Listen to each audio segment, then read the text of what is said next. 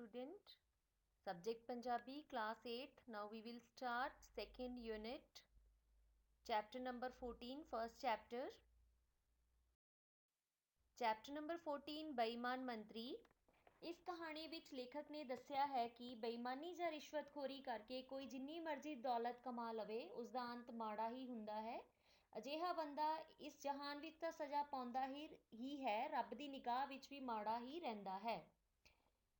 ਇੱਕ ਵਾਰ ਦੀ ਗੱਲ ਹੈ, ਰਾਜੇ ਨਯਾਰ ਨੇ ਆਪਣੇ ਮੰਤਰੀ ਨੂੰ, ਇੱਕ ਮੰਤਰੀ ਸੀ ਰਾਜਾ ਨਯਾਰ, ਉਸਦਾ ਇੱਕ ਰਾਜਾ ਸੀ ਰਾਜਾ ਮਯਾਰ, ਉਸਦਾ ਇੱਕ ਮੰਤਰੀ ਸੀ। ਉਹ ਬਹੁਤ ਹੀ ਸ਼ਾਤਿਰ ਤੇ ਚਲਾਕ ਮੰਤਰੀ ਸੀ। ਉਹ ਉਸਦੀ ਪ੍ਰਜਾ ਨੂੰ ਬਹੁਤ ਹੀ ਤੰਗ ਕਰਕੇ ਰੱਖਦਾ ਸੀ। ਪ੍ਰਜਾ ਉਸ ਤੋਂ ਬਹੁਤ ਹੀ ਦੁਖੀ ਸੀ। ਜਦੋਂ ਪ੍ਰਜਾ ਉਸਦੇ ਖਿਲਾਫ ਕੁਝ ਵੀ ਬੋਲਦੀ ਤਾਂ ਮੰਤਰੀ ਉਸਨੂੰ ਖਤਮ ਕਰਵਾ ਦਿੰਦਾ, ਮਰਵਾ ਦਿੰਦਾ ਸੀ। ਇੱਕ ਵਾਰ ਉਸਨੂੰ ਇੱਕ ਬ੍ਰਾਹਮਣ ਮਿਲਿਆ। ਬ੍ਰਾਹਮਣ ਨੇ ਉਸਨੂੰ ਪਹਿਚਾਨ ਲਿਆ ਕਿ ਇਹ ਉਹੀ ਰਾਜੇ ਦਾ ਮੰਤਰੀ ਹੈ ਜੋ ਕਿ ਚਲਾਕ ਹੈ ਤੇ ਰਿਸ਼ਵਤਖੋਰ ਹੈ। ਉਸਨੇ ਉਸਨੂੰ ਕਿਹਾ ਕਿ ਮੇਰਾ ਪੁੱਤਰ ਲਾਚਾਰ ਹੈ ਤੇ ਉਸਨੂੰ ਪੈਨਸ਼ਨ ਲਗਾਉਣ ਲਈ ਉਸਦੀ ਮਦਦ ਕੀਤੀ ਜਾਵੇ। ਤਾਂ ਮੰਤਰੀ ਨੇ ਕਿਹਾ ਮਦਦ ਹੋ ਜਾਵੇਗੀ ਬਟ ਕੁਝ ਪੈਸਾ ਲੱਗੇਗਾ।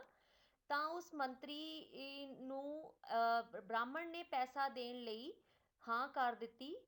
ਉਹ ਇੱਕ ਸੁਨਿਆਰੇ ਕੋਲ ਗਿਆ ਬ੍ਰਾਹਮਣ, ਉਸਨੇ ਇੱਕ ਮੁੰਦਰੀ ਉਕਰਵਾ ਲਿੱਤੀ। ਉਸ ਮੁੰਦਰੀ ਦੇ ਵਿੱਚ ਉਸਨੇ ਕੁਝ ਵਰਡ ਉਕਰਵਾ ਦਿੱਤੇ। ਉਸਨੇ ਗੁਥਲੀ ਵਿੱਚ ਪੈਸੇ ਪਾਏ ਤੇ ਹੁਣ ਉਹ ਮੰਤਰੀ ਕੋਲ ਗਿਆ ਤੇ ਮੰਤਰੀ ਕਹਿਣ ਲੱਗਾ ਹੁਣ ਤੇਰੇ ਪੁੱਤਰ ਨੂੰ ਪੈਨਸ਼ਨ ਲੱਗ ਜਾਵੇਗੀ। ਬ੍ਰਾਹਮਣ ਚਾਹੁੰਦਾ ਸੀ ਉਹ ਕਿਸੇ ਤਰ੍ਹਾਂ ਰਾਜਾ ਨਯਾਰ ਤੱਕ ਪਹੁੰਚੇ। ਉਹ ਮੰਤਰੀ ਅੱਗੇ ਹੱਥ ਜੋੜਦਾ ਬੋਲਿਆ, ਮਹਾਂਪੁਰਖੋ, ਜੇ ਹੁਕਮ ਹੋਵੇ ਤਾਂ ਮੈਂ ਆਪਣੇ ਪੁੱਤਰ ਨੂੰ ਲੈ ਕੇ ਦਰਬਾਰ ਵਿੱਚ ਪਹੁੰਚ ਜਾਵਾਂ ਤਾਂ ਕਿ ਰਾਜਾ ਵੀ ਮੇਰੇ ਪੁੱਤਰ ਦੀ ਲਾਚਾਰੀ ਦੇਖ ਸਕੇ।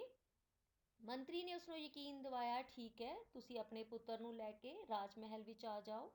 ਅਗਲੇ ਦਿਨ ਬ੍ਰਾਹਮਣ ਇੱਕ ਲਾਚਾਰ ਲੰਗੜੇ ਨੌਜਵਾਨ ਨੂੰ ਰੇਹੜੀ ਤੇ ਬਿਠਾ ਕੇ ਰਾਜ ਮਹਿਲ ਵਿੱਚ ਪਹੁੰਚ ਗਿਆ। ਰਾਜਾ ਅਜੇ ਦਰਬਾਰ ਵਿੱਚ ਹੀ ਨਹੀਂ ਸੀ ਪਹੁੰਚਿਆ। ਮੰਤਰੀ ਜਾਣ ਕੇ ਆਪਣੀ ਭੇਸ 'ਚ ਬ੍ਰਾਹਮਣ ਕੋਲ ਆਇਆ ਤੇ ਕਹਿਣ ਲੱਗਾ, ਤੁਸੀਂ ਕੀ ਚਾਹੁੰਦੇ ਹੋ? ਮੈਂ ਆਪਣੇ ਲਾਚਾਰ ਪੁੱਤਰ ਲਈ ਪੈਨਸ਼ਨ ਲਗਵਾਉਣੀ ਚਾਹੁੰਦਾ ਹਾਂ। ਕੋਈ ਮਹਾਨ ਪੁਰਖ ਮੈਨੂੰ ਇੱਥੇ ਆਉਣ ਲਈ ਕਹਿ ਗਿਆ ਸੀ। ਮੰਤਰੀ ਨੂੰ ਯਕੀਨ ਹੋ ਗਿਆ ਕਿ ਪੰਡਤ ਬਿਲਕੁਲ ਅਣਜਾਣ ਹੈ। ਆਖਰ ਰਾਜਾ ਦਰਬਾਰ ਵਿੱਚ ਆ ਪਹੁੰਚਾ। ਬਾਦਸ਼ਾਹ ਨੇ ਬ੍ਰਾਹਮਣ ਅਤੇ ਰੇਹੜੀ ਤੇ ਬੈਠੇ ਇੱਕ ਨੌਜਵਾਨ ਨੂੰ ਦੇਖਿਆ ਤੇ ਬੋਲਿਆ, ਹਾਂ ਪੰਡਤ ਜੀ, ਤੁਸੀਂ ਕਿਵੇਂ ਆਏ ਹੋ? ਮਹਾਰਾਜ, ਮੈਂ ਆਪ ਜੀ ਤੋਂ ਇੱਕ ਸਵਾਲ ਪੁੱਛਣਾ ਚਾਹੁੰਦਾ ਹਾਂ। ਪੁੱਛੋ। ਮਹਾਰਾਜ, ਜੇ ਇਸ ਲਾਚਾਰ ਪੁੱਤਰ ਦੀ ਪੈਨਸ਼ਨ ਪੈਸੇ ਅਤੇ ਸੋਨਾ ਦੇ ਕੇ ਲੱਗਦੀ ਹੈ ਤਾਂ ਤੰਦਰੁਸਤ ਆਦਮੀ ਦੇ ਕਾਰਜ ਲਈ ਕਿੰਨੇ ਧਨ ਦੀ ਜ਼ਰੂਰਤ ਹੈ? ਰਾਜਾ ਬੜੀ ਹੋਰ ਤਰ੍ਹਾਂ ਉਸ ਵੱਲ ਦੇਖਣ ਲੱਗਾ ਤੇ ਉਸਨੇ ਪੁੱਛਿਆ ਕਿ ਤੁਸੀਂ ਇਹ ਕੀ ਪੁੱਛ ਰਹੇ ਹੋ? ਮਹਾਰਾਜ, ਇਸ ਮੰਤਰੀ ਨੂੰ ਜਿਹੜੀ ਮੈਂ ਸੋਨੇ ਦੀ ਮੁੰਦਰੀ ਦਿੱਤੀ ਹੈ ਉਸ ਤੇ ਹੀ ਸਬੂਤ ਉਕਰਿਆ ਹੋਇਆ ਹੈ। ਇਸ ਤੋਂ ਬਾਅਦ ਬ੍ਰਾਹਮਣ ਚੁੱਪ ਕਰ ਗਿਆ। ਰਾਜੇ ਨੇ ਉਸਦੀ ਮੰਤਰੀ ਦੇ ਹੱਥ ਵਿੱਚ ਉਹ ਮੁੰਦਰੀ ਦੇਖੀ ਤੇ ਉਸ ਵਿੱਚ ਜੋ ਸ਼ਬਦ ਉਕਰੇ ਸੀ, ਰਾਜਾ ਪਹਿਚਾਨ ਗਿਆ ਕਿ ਇਹ ਮੰਤਰੀ ਰਿਸ਼ਵਤਖੋਰ ਮੰਤਰੀ ਹੈ। ਬਾਦਸ਼ਾਹ ਨਯਾਰ ਨੇ ਉਸ ਮੰਤਰੀ ਨੂੰ ਕਠੋਰ ਸਜ਼ਾ ਦਿੱਤੀ ਅਤੇ ਉਸ ਗਰੀਬ ਬ੍ਰਾਹਮਣ ਨੂੰ ਆਪਣਾ ਸਲਾਹਕਾਰ ਨਿਯੁਕਤ ਕਰ ਲਿਆ। ਰਾਜਾ ਕਿਹੋ ਜਿਹਾ ਇਨਸਾਨ ਸੀ? ਰਾਜਾ ਸੂਝਵਾਨ ਤੇ ਬਹਾਦਰ ਸੀ। ਰਾਜੇ ਦਾ ਮੰਤਰੀ ਕਿਹੋ ਜਿਹਾ ਸੀ? ਬੇਈਮਾਨ। ਕੀ ਵਟਾ ਕੇ ਰਾਜ ਵਿੱਚ ਘੁੰਮਣ ਲੱਗਾ? ਭੇਸ। ਮੰਤਰੀ ਨੇ ਔਰਤ ਨੂੰ ਕਿੱਥੇ ਲਿਜਾ ਕੇ ਮਰਵਾ ਦਿੱਤਾ? ਜੰਗਲ ਵਿੱਚ। ਬ੍ਰਾਹਮਣ ਨੇ ਮੰਤਰੀ ਨੂੰ ਸੋਨੇ ਦਾ ਕੀ ਦਿੱਤਾ? ਮੁੰਦਰੀ। ਰਾਜੇ ਨੇ ਮੰਤਰੀ ਨਾਲ ਕੀ ਵਰਤਾਓ ਕੀਤਾ? ਕਠੋਰ। ਖਾਲੀ ਥਾਵਾਂ ਭਰੋ। ਰਾਜਾ ਨਯਾਰ ਡੈਸ਼ ਤੇ ਸੂਝਵਾਨ ਸੀ, ਬਹਾਦਰ। ਰਾਜੇ ਦਾ ਮੰਤਰੀ ਡੈਸ਼ ਤੇ ਰਿਸ਼ਵਤਖੋਰ ਸੀ, ਚਲਾਕ। ਰਾਜਾ ਨਯਾਰ ਡੈਸ਼ ਤੋਂ ਬਿਨਾਂ ਕੋਈ ਕਦਮ ਨਹੀਂ ਸੀ ਚੁੱਕਦਾ, ਸਬੂਤ ਤੋਂ ਬਿਨਾਂ। ਬ੍ਰਾਹਮਣ ਨੇ ਮੁੰਦਰੀ ਦੇ ਥੱਲੇ ਕੁਝ ਉਕਰਵਾ ਦਿੱਤਾ। ਬ੍ਰਾਹਮਣ ਇੱਕ ਲਾਚਾਰ ਤੇ ਲੰਗੜੇ ਲੜਕੇ ਨੂੰ ਲੈ ਕੇ ਰਾਜ ਮਹਿਲ ਪਹੁੰਚ ਗਿਆ। ਰਾਜੇ ਨੇ ਮੰਤਰੀ ਨੂੰ ਡੈਸ਼ ਸਜ਼ਾ ਦਿੱਤੀ, ਕਠੋਰ ਸਜ਼ਾ ਦਿੱਤੀ। ਰਾਜਾ ਬੇਈਮਾਨ ਤੇ ਕਮੀਨਾ ਸੀ, ਗਲਤ। ਰਾਜੇ ਦਾ ਮੰਤਰੀ ਬੇਈਮਾਨ ਤੇ ਰਿਸ਼ਵਤਖੋਰ ਸੀ, ਟਿਕ। ਬ੍ਰਾਹਮਣ ਨੇ ਮੰਤਰੀ ਨੂੰ ਸਬੂਤ ਸਮੇਤ ਪਕੜਵਾ ਦਿੱਤਾ, ਟਿਕ। ਮੰਤਰੀ ਨੇ ਬ੍ਰਾਹਮਣ ਕੋਲੋਂ ਪੈਸੇ ਤੇ ਚਾਂਦੀ ਲਈ, ਕ੍ਰਾਸ। ਰਾਜੇ ਨੇ ਬ੍ਰਾਹਮਣ ਨੂੰ ਆਪਣਾ ਮੰਤਰੀ ਬਣਾ ਲਿਆ, ਟਿਕ। ਬਹੁ ਵਿਕਲਪੀ ਪ੍ਰਸ਼ਨ। ਬਹਾਦਰ ਦਾ ਉਲਟ ਕਾਇਰ, ਸੂਝਵਾਨ ਦਾ ਸਮਾਨਾਰਥਕ ਬੁੱਧੀਮਾਨ। ਹੇਠ ਲਿਖੇ ਸ਼ਬਦਾਂ ਵਿੱਚੋਂ ਅਸ਼ੁੱਧ, ਬੇਟੇ ਇੱਥੇ ਅਸ਼ੁੱਧ ਲਿਖਿਆ ਹੈ, ਤੁਸੀਂ ਐੜਾ ਕੱਟ ਕਰਕੇ ਸ਼ੁੱਧ, ਇੱਥੇ ਮਿਸ ਪ੍ਰਿੰਟਿੰਗ ਹੋਈ ਹੈ। ਅਸ਼ੁੱਧ ਲਿਖਿਆ ਹੋਇਆ ਹੈ ਤੁਸੀਂ ਐੜੇ ਨੂੰ ਕੱਟ ਕਰੋ, ਸ਼ੁੱਧ ਸ਼ਬਦ ਚੁਣੋ। ਸੈਕਿੰਡ, ਹਥਿਆਰਾ। ਰਾਜਾ ਸ਼ਬਦ ਦਾ ਇਸਤਰੀ ਲਿੰਗ ਚੁਣੋ, ਰਾਣੀ। ਸੀ ਬੇਈਮਾਨ ਬੜਾ ਨੂੰ ਠੀਕ ਕਰਕੇ ਲਿਖੋ। ਸੈਕਿੰਡ, ਮੰਤਰੀ ਬੜਾ ਬੇਈਮਾਨ ਸੀ। ਹੇਠ ਲਿਖੇ ਪੜਨਾਂਵ ਸ਼ਬਦਾਂ ਦੇ ਸਾਹਮਣੇ ਉਹਨਾਂ ਦੀ ਕਿਸਮ ਲਿਖੋ। ਮੈਂ, ਅਸੀਂ, ਤੇਰਾ, ਉਹ ਪੁਰਖਵਾਚਕ। ਕੌਣ, ਕਿਸ ਨੂੰ, ਕਿਹੜਾ ਪ੍ਰਸ਼ਨਵਾਚਕ ਪੜਨਾਂਵ। ਜੋ, ਸੋ, ਜਿਹੜਾ ਸੰਬੰਧਵਾਚਕ। ਉਹ, ਇਹ, ਆ ਨਿਸ਼ਚੈਵਾਚਕ ਪੜਨਾਂਵ। ਆਪ, ਆਪਸ, ਆਪਣਾ ਨਿਜਵਾਚਕ ਪੜਨਾਂਵ। ਖਾਲੀ ਥਾਵਾਂ ਭਰੋ। ਕਿਰਿਆ ਸ਼ਬਦਾਂ ਤੋਂ ਕਿਸੇ ਕੰਮ ਦੇ ਹੋਣ ਬਾਰੇ ਪਤਾ ਲੱਗਦਾ ਹੈ। ਕਾਰਕ 8 ਪ੍ਰਕਾਰ ਦੇ ਹੁੰਦੇ ਹਨ। ਦੋ ਵਾਕਾਂ ਨੂੰ ਜੋੜਨ ਵਾਲੇ ਸ਼ਬਦ ਯੋਜਕ ਅਖਵਾਉਂਦੇ ਹਨ। ਖੁਸ਼ੀ, ਗਮੀ, ਹੈਰਾਨੀ ਬਾਰੇ ਦੱਸਣ ਵਾਲੇ ਸ਼ਬਦ ਵਿਸਮਿਕ ਅਖਵਾਉਂਦੇ ਹਨ। ਯੋਜਕ 2 ਪ੍ਰਕਾਰ ਦੇ ਹੁੰਦੇ ਹਨ। Chapter number 14, short question answers. First question, ਰਾਜੇ ਦਾ ਫਸਟ ਕੁਐਸਚਨ ਹੈ ਸਾਡਾ, ਰਾਜੇ ਦਾ ਮੰਤਰੀ ਪਰਜਾ ਕੋਲੋਂ ਰਿਸ਼ਵਤ ਕਿਸ ਰੂਪ ਵਿੱਚ ਲੈਂਦਾ ਸੀ? ਰਾਜੇ ਦਾ ਮੰਤਰੀ ਪਰਜਾ ਕੋਲੋਂ ਰਿਸ਼ਵਤ ਦੇ ਰੂਪ ਵਿੱਚ ਸੋਨਾ ਅਤੇ ਰੁਪਏ ਲੈਂਦਾ ਸੀ। ਸੈਕਿੰਡ ਆਨਸਰ, ਜਿਹੜੇ ਲੋਕ ਮੰਤਰੀ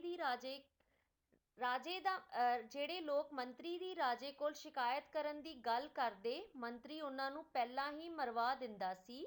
ਥਰਡ ਆਨਸਰ, ਰਾਜੇ ਨੇ ਮੰਤਰੀ ਨੂੰ ਭੇਸ ਵਟਾ ਕੇ ਪਰਜਾ ਦੀਆਂ ਸ਼ਿਕਾਇਤਾਂ ਸੁਣਨ ਲਈ ਕਿਹਾ। ਫੋਰਥ ਆਨਸਰ, ਬ੍ਰਾਹਮਣ ਨੇ ਸੁਨਿਆਰੇ ਕੋਲ ਜਾ ਕੇ ਇੱਕ ਮੁੰਦਰੀ ਬਣਵਾ ਲਈ ਤੇ ਉਸਦੇ ਹੇਠਾਂ ਕੁਝ ਉਕਰਵਾ ਦਿੱਤਾ।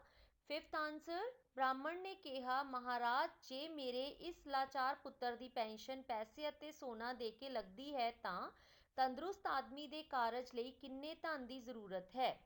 ਨਾਓ ਲੌਂਗ ਕੁਐਸਚਨ ਆਨਸਰ। ਫਸਟ ਆਨਸਰ, ਇੱਕ ਵਾਰ ਇੱਕ ਰਾਜਾ ਸੀ, ਉਸਦਾ ਨਾਂ ਰਾਜਾ ਨਯਾਰ ਸੀ। ਉਹ ਬਹਾਦਰ ਅਤੇ ਸੂਝਵਾਨ ਸੀ। ਰਾਜੇ ਨਯਾਰ ਦਾ ਇੱਕ ਮੰਤਰੀ ਸੀ ਜੋ ਚਲਾਕ ਅਤੇ ਰਿਸ਼ਵਤਖੋਰ ਸੀ। ਜੇ ਮੰਤਰੀ ਨੂੰ ਪਤਾ ਲੱਗ ਜਾਂਦਾ ਕਿ ਕੋਈ ਆਦਮੀ ਉਸਦੀ ਸ਼ਿਕਾਇਤ ਲੈ ਕੇ ਰਾਜੇ ਕੋਲ ਜਾਣ ਦਾ ਨਿਸ਼ਚੈ ਕਰ ਰਿਹਾ ਹੈ ਤਾਂ ਮੰਤਰੀ ਉਸਨੂੰ ਪਹਿਲਾਂ ਹੀ ਖਤਮ ਕਰਵਾ ਦਿੰਦਾ ਸੀ। ਇੱਕ ਵਾਰ ਇੱਕ ਬੁੱਧੀਮਾਨ ਬ੍ਰਾਹਮਣ ਨੇ ਉਸ ਰਿਸ਼ਵਤਖੋਰ ਅਤੇ ਬੇਈਮਾਨ ਮੰਤਰੀ ਨੂੰ ਆਪਣੀ ਚਾਲਾਕੀ ਅਤੇ ਸਮਝਦਾਰੀ ਨਾਲ ਉਸਦੇ ਹੀ ਲਾਲਚ ਵਿੱਚ ਫਸਾ ਕੇ ਉਸਨੂੰ ਰਾਜੇ ਕੋਲ ਪਕੜਵਾ ਦਿੱਤਾ। ਸੈਕਿੰਡ ਆਨਸਰ, ਬ੍ਰਾਹਮਣ ਨੇ ਸੁਨਿਆਰੇ ਕੋਲ ਜਾ ਕੇ ਇੱਕ ਮੁੰਦਰੀ ਬਣਵਾਈ, ਉਸਦੇ ਹੇਠਾਂ ਕੁਝ ਉਕਰਵਾ ਲਿਆ। ਇਸ ਤਰ੍ਹਾਂ ਬ੍ਰਾਹਮਣ ਨੇ ਬੇਈਮਾਨ ਅਤੇ ਰਿਸ਼ਵਤਖੋਰ ਮੰਤਰੀ ਨੂੰ ਆਪਣੀ ਚਾਲਾਕੀ ਅਤੇ ਸਮਝਦਾਰੀ ਨਾਲ ਉਸਦੇ ਹੀ ਲਾਲਚ ਵਿੱਚ ਫਸਾ ਕੇ ਉਸਨੂੰ ਪਕੜਵਾ ਦਿੱਤਾ। ਥਰਡ ਆਨਸਰ, ਰਾਜੇ ਨੇ ਮੰਤਰੀ ਨੂੰ ਭੇਸ ਵਟਾ ਕੇ ਪਰਜਾ ਦੀਆਂ ਸ਼ਿਕਾਇਤਾਂ ਸੁਣਨ ਲਈ ਕਿਹਾ। ਮੰਤਰੀ ਨੇ ਭੇਸ ਬਦਲਿਆ ਅਤੇ ਲੋਕਾਂ ਵਿੱਚ ਵਿਚਰਨ ਲੱਗਾ। ਜੇ ਮੰਤਰੀ ਨੂੰ ਪਤਾ ਲੱਗ ਜਾਂਦਾ ਕਿ ਕੋਈ ਆਦਮੀ ਉਸਦੀ ਸ਼ਿਕਾਇਤ ਲੈ ਕੇ ਰਾਜੇ ਕੋਲ ਜਾਣ ਦਾ ਨਿਸ਼ਚੈ ਕਰ ਰਿਹਾ ਹੈ ਤਾਂ ਮੰਤਰੀ ਉਸਨੂੰ ਪਹਿਲਾਂ ਹੀ ਖਤਮ ਕਰਵਾ ਦਿੰਦਾ। ਵਾਕਾਂ ਵਿੱਚ ਵਰਤੋ ਬੇਟੇ, ਤੁਸੀਂ ਖੁਦ ਆਪਣੇ ਆਪ ਕਰਨੇ ਹਨ। ਉਸ ਤੋਂ ਬਾਅਦ ਰਚਨਾਤਮਕ ਗਤੀਵਿਧੀਆਂ। ਇਮਾਨਦਾਰ ਲੱਕੜਹਾਰੇ ਵਾਲੀ ਕਹਾਣੀ ਲਿਖੋ। ਦੁਸ਼ਹਿਰਾ ਬਦੀ ਤੇ ਨੇਕੀ ਦਾ ਜਿੱਤ ਦਾ ਪ੍ਰਤੀਕ ਹੈ, ਕਿਵੇਂ? ਯੋਗਤਾ ਪਰਖ, ਤੁਸੀਂ ਵੱਡੇ ਹੋ ਕੇ ਕਿਹੋ ਜਿਹੇ ਬਣਨਾ ਚਾਹੁੰਦੇ ਹੋ? ਬੇਈਮਾਨ ਲੋਕਾਂ ਨਾਲ ਕਿਵੇਂ ਨਿਪਟਣਾ ਚਾਹੀਦਾ ਹੈ? ਵਾਕਾਂ ਵਿੱਚ ਵਰਤੋ ਰਚਨਾਤਮਕ ਗਤੀਵਿਧੀਆਂ, ਯੋਗਤਾ ਪਰਖ। ਇਹ 3 ਜਿਹੜੇ ਟੌਪਿਕ ਹੈ ਤੁਸੀਂ ਆਪਣੇ ਆਪ ਕਰਨੇ ਹਨ। ਜੇ ਕਿਸੇ ਨੂੰ ਵੀ ਕੋਈ ਪ੍ਰੋਬਲਮ ਆਉਂਦੀ ਹੈ ਤਾਂ ਤੁਸੀਂ ਆਪਣੀ ਜਦੋਂ ਕਲਾਸ ਦਾ ਟਾਈਮ ਟੇਬਲ ਹੈ ਉਸ ਹਿਸਾਬ ਦੇ ਨਾਲ ਤੁਸੀਂ ਮੇਰੇ ਨਾਲ ਗੱਲ ਕਰਕੇ ਆਪਣੇ ਜਿਹੜੇ ਡਾਊਟਸ ਆ ਕਲੀਅਰ ਕਰ ਸਕਦੇ ਹੋ। Thank you student.